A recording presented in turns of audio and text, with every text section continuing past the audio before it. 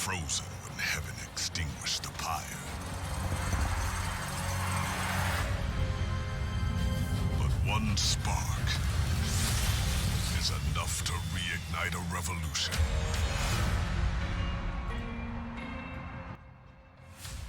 The Bone Shaker, our train, travels the rail connecting our two worlds. The last surviving remains of the pyre drives the heart of our engine.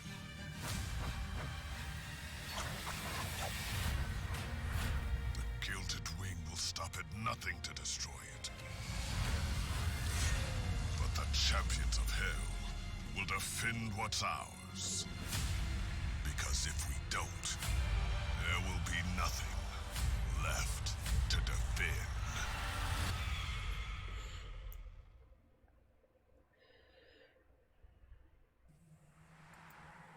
Hello everybody and welcome to another indie grab bag, looking at a game called Monster Train by Shiny Shoe Gaming and published by Good Shepherd. A big thank you to Good Shepherd Publishing for reaching out and having me cover the game for them. This game has been available in the beta branch, closed beta and open beta, for months now. My buddy Rhapsody has been playing the hell out of it. He's been doing a lot of good coverage on it. And as well as my friend Jonas Fatson, both members of the Wholesome Verse, have been covering this game, and yeah, I finally broke down and I'm going to jump into it myself. It is not quite out yet. I believe the game does not come out until a couple days from now, while I'm playing it. I believe it's coming out May 21st. I do not know the price point, but I would imagine it's going to be somewhere between the $20 to $25 range. But it could be cheaper, could be more, I'm not entirely sure. I'm not going to speak on that because I don't know. Just a quick glimpse at the Steam page. Monster Train is a strategic roguelike deck-building game with a twist. Set on a train to hell, you'll use tactical decision-making to defend multiple vertical battlegrounds. With real-time competitive multiplayer and endless replayability, Monster Train is always on time. So basically, I have played a little bit of this game. I did 1 or 2 runs. I think I did 2 runs. I did 2 runs, and I got quite far in my first one, actually. In my second one, I got further in my second one. Anyway, regardless, Monster Train is very difficult to describe in... Oh, I just punched my microphone. It's very difficult to describe in a couple of terms, because the easiest explanation that people have been giving for it is Slay the Spire, tower defense. And I think that is probably like the easiest way to describe what Monster Train is, because it is kind of a lane defender, really. You spend cards to summon creatures, summon magic spells, to defend your train's heart, the pyre, from being damaged by the people who are boarding it. And it functions in a three-lane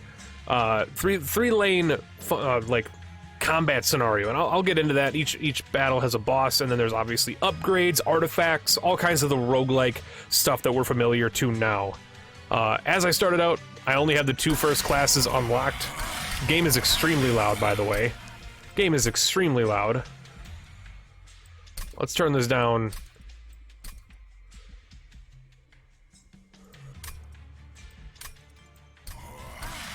That's a lot better. But the game is... It wears Magic the Gathering inspiration pretty hard on its sleeve. Even down to the colors. White, blue, black, red, green. But without further ado, it's been 4 minutes. Let's jump into a run, and I will explain exactly what that is. I'm going to start with Hellhorned as my primary clan. These guys are your basic red monsters from Magic the Gathering. Full aggro, pure damage. They don't give a shit what's in their way. Pure damage all the way. Green here, very, very support heavy. But that doesn't mean they have their own beasts of their own. This guy back here is a pretty big beast. I think he's a 15-25 monster when you get him on the field. And then obviously you can unlock other stuff. And they tell you what to unlock, which is very cool. So like to unlock this clan, I need to play 250 spells. To unlock the 4th clan, I need to summon a total of 350 things. All the stuff progresses as you make your way through the run. But let's just jump into a run of Monster Train. I gotta be honest, I came into this game very skeptical, and again, Good Shepherd, thank you very much for taking your time to allow me to play it for you, because it is my type of game, but with how long it took me to get into Slay the Spire as a game and to enjoy it fully as a deck builder, I was a little skeptical coming into this one because it focuses a lot on deck building, but within that first run, I was kind of in love. I'm not gonna lie. This game has a lot going for it. Seraph the Temperate is going to be our final boss of this run. The end is near. The incarnations of Hell's greatest foe will temper the strength of your units. Only the true determined can survive. Another big thing, and I don't get into a lot of religious topics on my channel, but I am a Satanist. A lot of people know that I'm a Levian Satanist in my belief system. Whether or not you care about that, I don't know. And if you do care about it, you shouldn't, because I'm a different person than you. But this game is about demons fighting against heaven, which is kind of thematically up my alley, because I think that idea is always kind of really cool. But let's just jump into it. Let's jump into a run. Upgrade your champion. Let's just upgrade our champion straight out the bat. It gives you an ability to start out giving your main champion. This is the Hornbreaker Prince, and this is our main guy. You can only play one of him per thing. You can actually technically play only each person one per thing, but this is the big boy. This is our big guy. He's free to play. You can see by the energy up in the top left. The two yellow things up at the top is how much space he takes up per part of the train, which we'll get into. Obviously magic, power and toughness, and then his abilities, and then his creature type. Very Magic the Gathering inspired, and I love it because Magic the Gathering is deeply ingrained in my blood. I've been playing Magic for 20 years, over 20 years now. But what I'm thinking here for the Reaper is it's really cool because when he kills on kill, he'll get plus 10 damage. And that just continues to stack. In my one that I almost won, he was up to like 75, and I was like 2 HP away from beating the final boss, but or not the final boss, but the first boss of the first half of the game. And this game does not hold its fists. And then Brawler, obviously you give it multi-strike. It attacks additional times, but it's obviously weaker. I am a huge fan of the Slay. I'm not gonna lie, I'm a huge fan of the Slay. It might be the wrong choice. I'm okay with it being the wrong choice. Obviously, your artifacts are your passive bonuses. They're artifacts in Slay the Spire, items in Isaac, passives in Gungeon. Every roguelike has its artifact system, which is passive bonuses that just affect you throughout your run. We have the Vapor Funnel, which applies dazed to enemies when they enter your pyre room, but your pyre gets weaker. I don't like that because it makes our pyre do less damage. Or the Split Anvil. When you play a spell, spells in hand that cost less are reduced but to 0 for the next turn. That is extremely good. So what that means is if I play something that costs 2 and then the rest of my hand costs 1, everything else is free. That's extremely powerful. I like that quite a bit. It's way better than making my pyre weaker. Alright, we got the Guardians of Light. These disciples have been granted special power over the light of Seraph, making them harder to kill than other disciples. Another interesting thing about this is it actually shows you the two big boys of the fight, the boss and also the major unit it's going to be using. But you can use these trials. You can turn them on or off for additional rewards. So if I turn this on, I'll get a unit draft for an allied clan unit. However, by leaving it off, I just fight the normal fight. If I turn this on, non-boss enemies get plus 4 damage. I'm going to turn that one off. I think for the first fight I'm going to turn that one off. We might do one of the ones later on so you can see this guy here. He gains a damage shield after killing something. Damage shield nullifies 100%, just nullifies the next source of damage. That's extremely powerful. And then this is just a priest that heals. So what we're going to do is we're going to throw out this boy here. We're going to throw out this boy here. And as you can see, this is our lane, our first lane. This is where things enter the train, and if they don't beat our guys over here or they don't die, they actually move up to the next lane. And then I have to fight things up here. And then if they don't die here, they move up to the next lane. And then if they don't die here, they move up to our pyre, and they have to fight our pyre. And our pyre does 20 damage, but it has 80 HP. So if something comes up here that has 10 HP, but does 10 damage, my pyre will drop to 70, but the thing will die to it, and the fight will continue. When the pyre dies, the run is over. Kind of pretty simple. Again, field capacity, This can be upgraded, I believe, throughout the run, but that's what I was talking about at the top of the card. That's how much space your unit takes up. So this guy takes up 2, this guy takes up 2. We have room for only one more thing down here. Unfortunately, the rest of our units take up 2 apiece, so we're just going to plop them up at the top. We'll end our turn. And then combat plays out automatically. You don't actually do anything on the combat. It's an auto combat. We don't have to worry about this priest up here. She's just going to die. I'm going to torch this dude to get free money. Those things occasionally just spawn on your train, and if you kill them before the next turn, you get money. So right here, another thing to show you is these little X's above our HPs. That shows enemies that are going to die during that combat. So these guys aren't going to die. She is going to die. He's going to die, but this guy's going to die as well. So what I'm going to do is I'm going to torch this person, and then I'm going to heal him. And then I'm going to pass turn. You'll die. You'll die. And because he slayed 2 things now, he's at 35 total damage. He's an absolute beast. I'm gonna put him up there, restore him, and because we have nothing else to going on right now, because it's a brief respite, which means nothing comes into the train, typically that means the next wave is gonna be the boss. From what I understand, that means that the next wave is going to be the boss regardless. This guy only does 4 damage, but he has 50 HP, so if we can manage to hit him twice with this boy, he's gonna die. So what we're gonna do is we're actually just gonna let this play out, because he'll hit our dude twice for 10, he'll drop down to 38, he'll die, but then 38, 35, I think we're fine here. I don't think he's gonna actually make it up. Yeah, he's dead. He's dead. That's a very easy first fight. I could have technically probably made them stronger, but giving things +4 damage on your first, like, round is probably not the best idea. And then again, you win a battle, you get to choose 1 card from your clan and then 1 card from your allied clan, which is the healing passive kind of ability clans that we were talking about, the green clan. So we get the Welder Helper. It's a 1 unit. 1 energy unit, takes up 1 space. On summon, it gives 15 armor to the front friendly unit on that row. That's really good. We could get that to our prince. We could get that to our prince. That'd be pretty good. It's just a direct damage. It's a DD card. It ignores shields. That's not very good. And ascend a unit just moves a unit up into the back of the next floor. Ascending is cool. I'm gonna take the Welder Helper because applying 15 armor right away in a combat is extremely good. We got Sharpen, which is for 2. We can enhance with +4 strength and +4 spikes, which spikes are, it's kind of like thorns and other roguelikes. If you take damage, you deal that much damage back. I got the hiccups. I gotta start breathing when I'm talking, ladies and gentlemen. Take a quick drink of Sprite. That might assist in this, I don't know.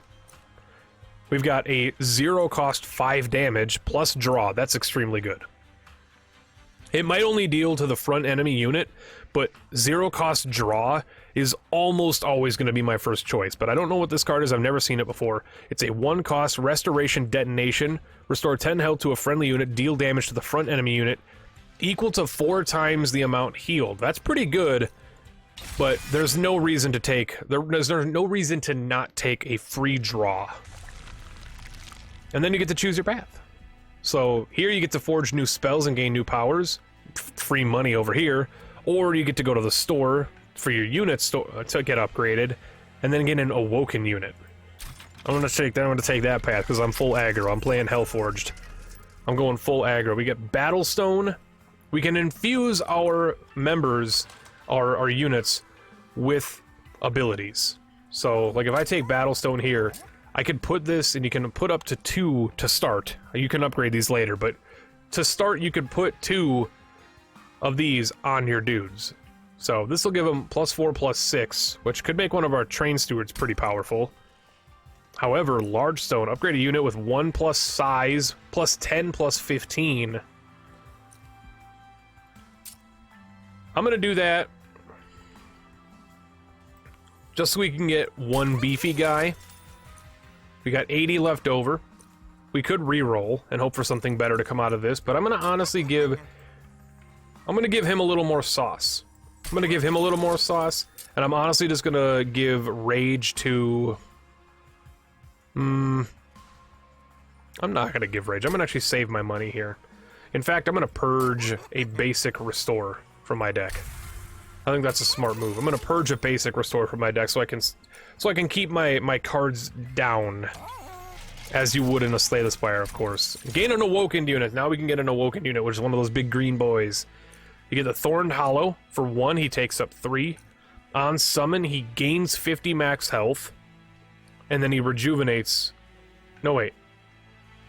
When he's healed, he gains a spike. Okay. So if we just keep pumping him with heal, he's going to continue to do more damage to things. That's pretty cool. And this is the guy I usually go with. So when he's healed, he just gains strength and HP. This guy's just extremely strong, and he's one of my favorite dudes. We need some healing cards, obviously, to stack along with that. The Penitent Prayers. Reconcilers have arrived in great force to make sure that you repent for the sins that hell has brought upon the world. Non-boss enemy units enter with spiked 3. Additional reward 50 coins. Let's try it. Let's try it with an additional reward of 50 coins. Probably not worth.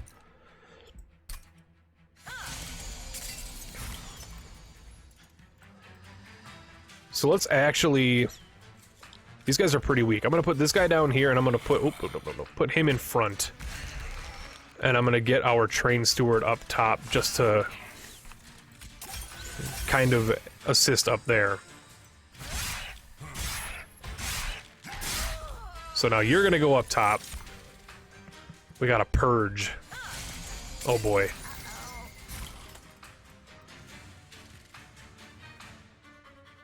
It doesn't actually do anything for me, so that's fine. I don't actually want to put him up there yet. So play that. Restore. Restore. We'll just have to deal with what we deal with.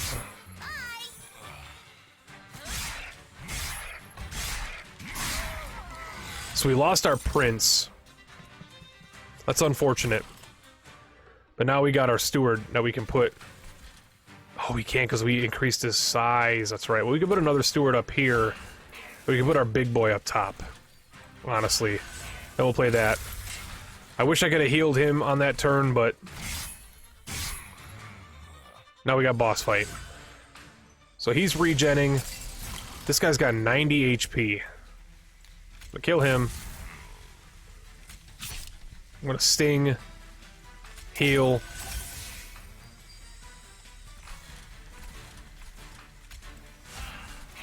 I think we're fine. He only does 5 damage. He only does 5 damage. That was an easy fight. We get free 50 gold for that as well. Pyre is untouched. Again, apply 4 armor, apply 5 armor for free is just... You get, what are you gonna tell me? Just give me it, give me it. Ooh. Consume, which is a once per battle situation. Apply 5 regen. That could be really good on our big boy. However, another sting is really good, but a glimmer... I'm gonna take glimmer. I'm gonna bunk down on glimmer. I think glimmer could be fine. I used the glimmer once, and it was okay. Ooh, an additional artifact. We don't have enough money to really make the store worthwhile, plus we don't have a pyre damage, so going over there is kind of a waste if we do it. Improved Firebox gains 7 energy on the first turn of a battle? That might sound better than I'm making it think. Or than I'm thinking. Apply Rooted to enemies when they enter the floor below the pyre room. So Rooted means that they... prevents the next time in a unit, so it basically extends the battle by 1 turn. That's really good. That's really good. I have a hard time believing this is going to be very good. Until we get more costly cards, which is going to be happening. It's going to happen. We only have a bunch of 1-cost cards right now.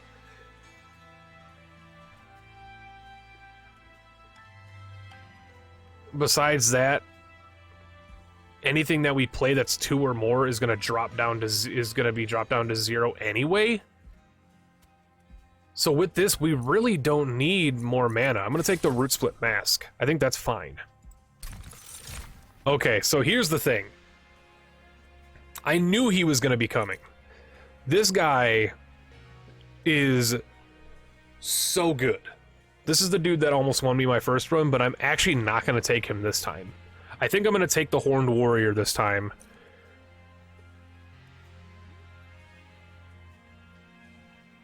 For the chance that we might be able to give him Quick, which is an ability that makes him attack first on turns. Because he is weak. He is very weak. A cave of 1,000 eyes seems to awaken as you grow near. From deep within a voice emerges. Relinquish your life or your wealth, and you may be rewarded if you are deemed worthy. You don't often make offerings to unknown beasts, but you can consider making an exception for this cave. You toss in your tribute.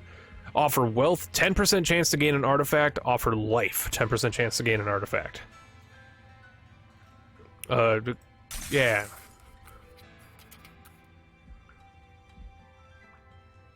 Yeah. 50% chance. We'll take 25 coins this time. Really? Okay, thank you, Jesus. Railhammer. Grant 4 stacks of armor to each time it is applied to friendly units. Woo! Plus 4 stacks of armor every time it's applied? That's really good. I like that a lot. I like that quite a bit. Every time armor is applied, it gets an additional 4. I'm big into that. I'm big up into that. Okay, Daedalus. This is the tutorial boss. This guy is... He's mean. He's mean for sure. But he was kind of a cakewalk the first time I fought him. Constructed explosives explode twice. So he builds explosive barrels that go boom. This would have been a wonderful time for me to get Glimmer here. Unfortunately...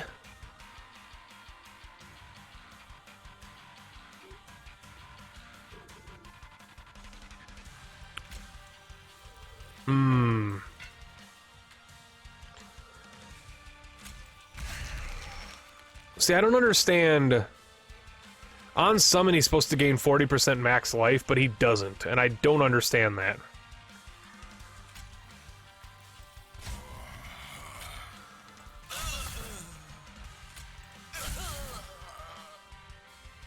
Yeah, I don't get it. I probably just killed him.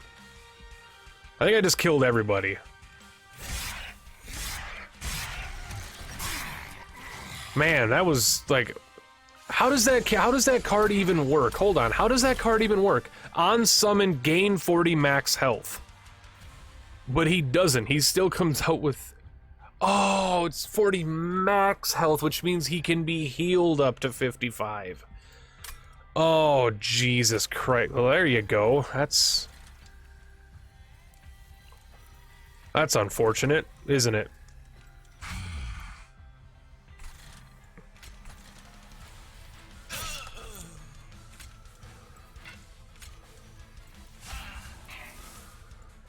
That's really bad. I think I just threw this run by not understanding that card mechanic.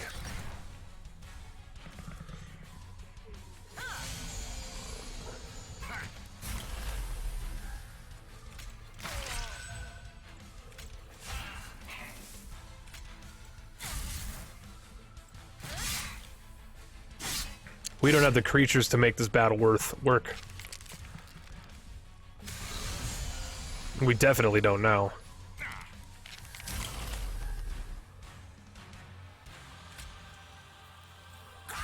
$19 armor to him.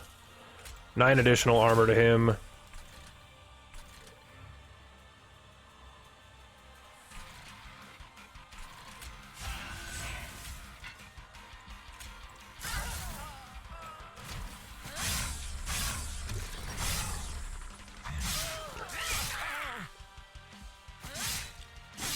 If I can somehow manage to make this work... I don't think I will, but if I can somehow manage to make this work after I hard through like a freaking idiot...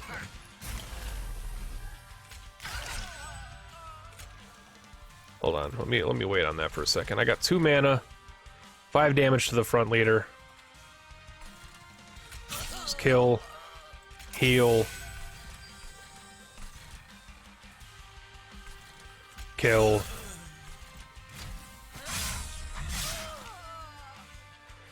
Oh, brief respite, please. Brief respite. That's all I need in my life right now.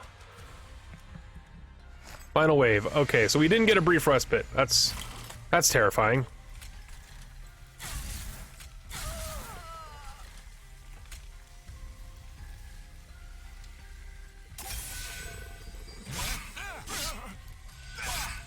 I was gonna say, I hope I would get 2 hits there because of the regen. There was a plan.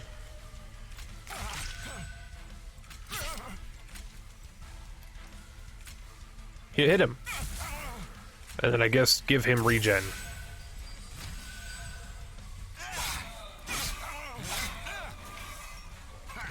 We should still be able to win this. I'm not sure how, but we should still be able to win this.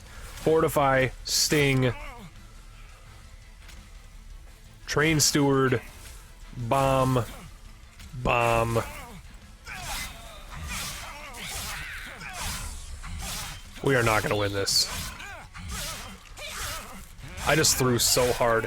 I didn't understand. Oh, I thought it was just like he comes out with it. You got the wording on that card. I'm not in the wrong here. I'm not in the wrong here. The wording on that card is extremely dumb. On summon gains 40 max HP. He summons with 15. What am I supposed to think in that situation? Anyway. Choose a card. Deal 20 damage to the front enemy unit equal to 20 times the number of imp units in your deck.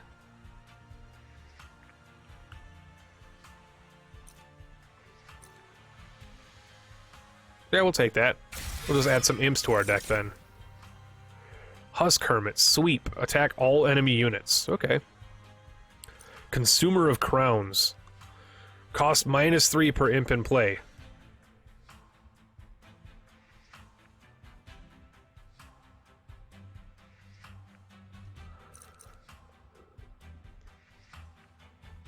I still think this guy's better though. 1 energy per turn, 1 space per floor, draw 1 per turn. We'll take the energy per turn. Even though everything's going to become free at some point anyway, but... God, I'm so mad. Duplicate any card but your champion? Yeah, we'll duplicate. Honestly, we should just duplicate our imp. Like, every part of me wants to duplicate this guy, or the Horned Warrior, but I think duplicating our Welder imp is the play. 20 HP to the Pyre health. Remove up to 2 cards from your deck. I'll remove a Restore. And I'll remove a Torch. Basic strikes. Get him out of here. Upgrade your champion.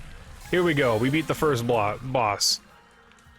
Alright, on Slay, an additional plus 20. And he goes up to 30 and 6. Or Wrathful. Armor 14. Rage 3. On Slay, gain 9 armor, and... Oh, that's why. Why would I not do that? That's extremely good. I don't think I read that one last time. I think I missed that one last time. That's extremely good. Okay, we got the Clip Tormentors. Look at these guys. Look at these freaking weirdos. They might be low-level recruits at the Clip, but they'll overload you with penance if you don't take them out quickly. Spell Shield 2? Give me it.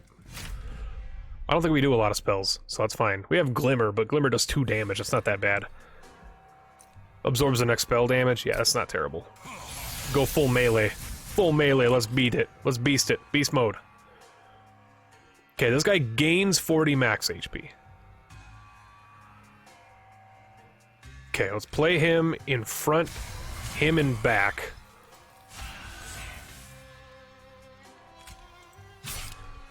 Do that. Okay, we'll do that. Absorbs the spell, it's fine. We'll play this guy up top.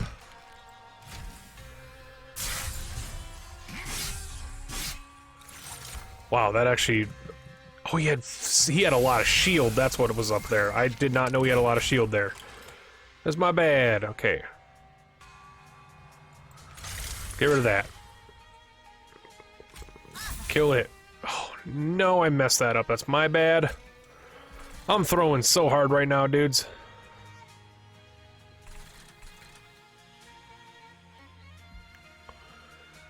I think I need to play both these guys.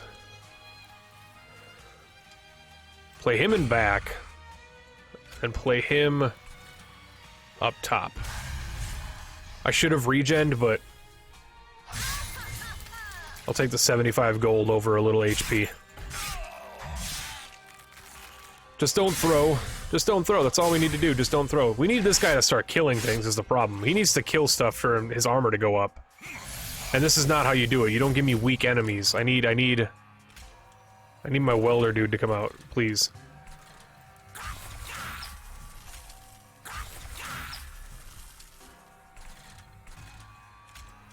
Spell shield. God damn it. That's a full, that's full, that's full. Yeah, we can't play anything. However, if we get that imp thing, just know. Dude, we need him. He's not killing anything. He's not killing anything. This is an issue. They keep giving me stuff with 70 HP.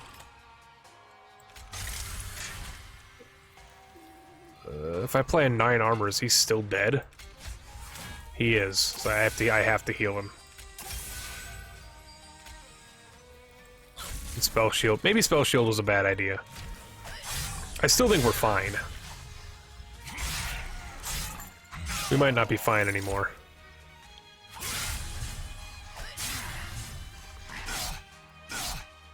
This guy needs to kill things. It's getting to the point now where I realize the error of my ways. Spell shield. It's wonderful.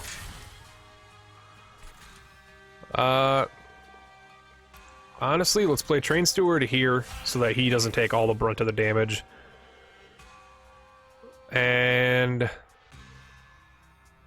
I feel like I should save Impolate.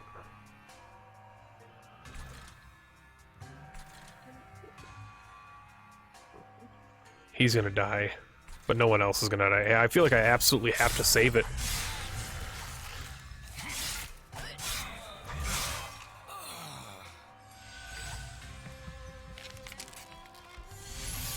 $400 HP? Dude, Impolate only does 40. He's gonna die anyway, I just wasted that.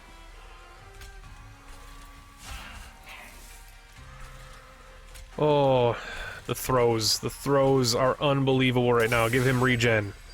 Bop. Bop. This is unfortunate.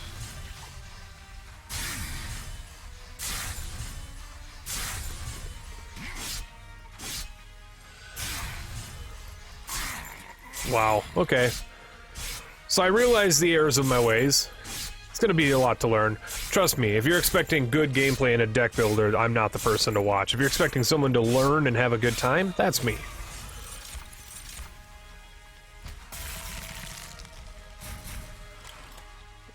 This is extremely bad.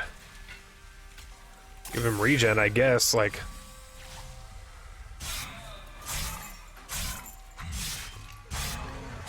Dude, he just keeps getting stronger, too.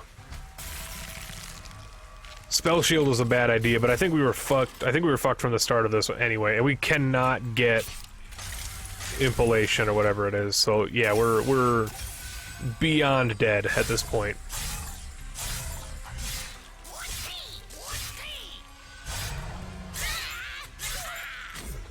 That's such a stupid fight, man. That's such a stupid fight.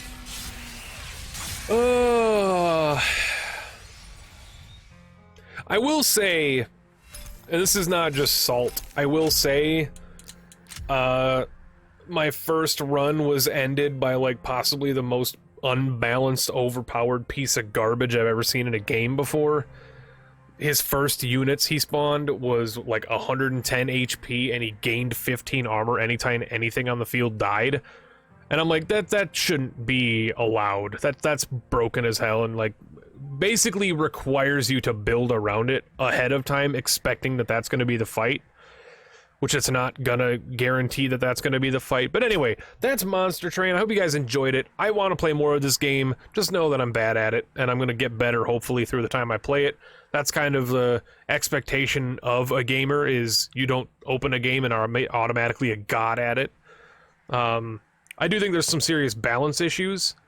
Some of the card text needs to be reworded, but that's outside of all of that, the music is on point. The art style is fantastic. The controls are amazing. The fluidity of the mouse and the movements are amazing. The animations on the creatures and like the card art is like everything is like smack out of the park with this game. Outside of those couple things, before I die of hiccups. Thank you everybody so much for watching. If you enjoyed the whole video, of course, like it, comment it down below, and wishlist Monster Train on Steam. I cannot tell you the amount of people who see a game that I play and then forget about it a week later. The easiest thing you can do, it comes out in 3 days from the time I'm recording this.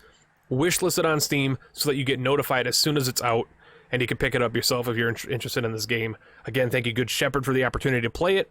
I will be playing more of it, possibly streaming it. So swing over to twitch.tv/pentahybrid to see me stream it if I stream it there. Anyway, I will see you guys later. I'm going to go die of hiccups. Catch you later.